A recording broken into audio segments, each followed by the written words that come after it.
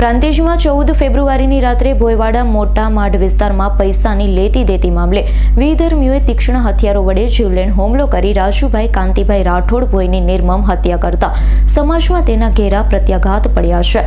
નિર્દોષ આધેડની હત્યા કરનાર આરોપીઓને નક્ષત કરી કડકમાં કડક સજા આપવામાં આવે તે માટે ગુજરાત ભોય સમાજ કાંતિ દળ સેવા ટ્રસ્ટ દ્વારા ગુરુવારે કલેક્ટર અને એસપીને આવેદન અપાયું.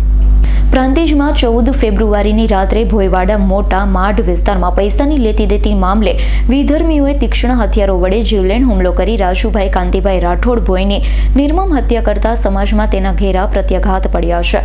નિર્દોષ આધેડની હત્યા કરનાર આરોપીઓને નક્ષત કરી કડકમાં કડક સજા આપવામાં આવે તે માટે ગુજરાત ભોય સમાજ કાંતિ દળ સેવા ટ્રસ્ટ દ્વારા ગુરુવારે કલેક્ટરને અને એસીપીને આવેદનપત્ર આપ્યું છે.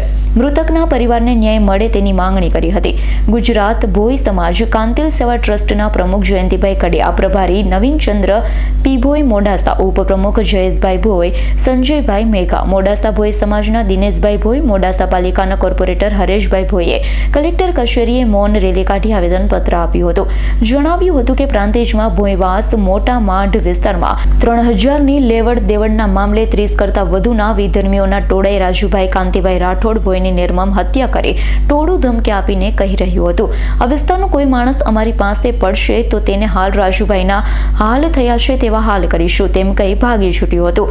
સમાજના અગ્રણીય નવીનભાઈ ભોઈએ જણાવ્યું છે કે પ્રાંતિજના ભોયવાડા વિસ્તારમાં મહાકાળી માતાજીનો પાટોત્સવ ફંડ ફાળો ઉઘરાવવા સમાજના આગેવાન અને યુવાનો બહાર ગયા. આ દરમિયાન મોકાનો ફાયદો ઉઠાવી યોજનાબંધ વિધર્મીઓએ જીવલેણ હુમલો કર્યો હતો.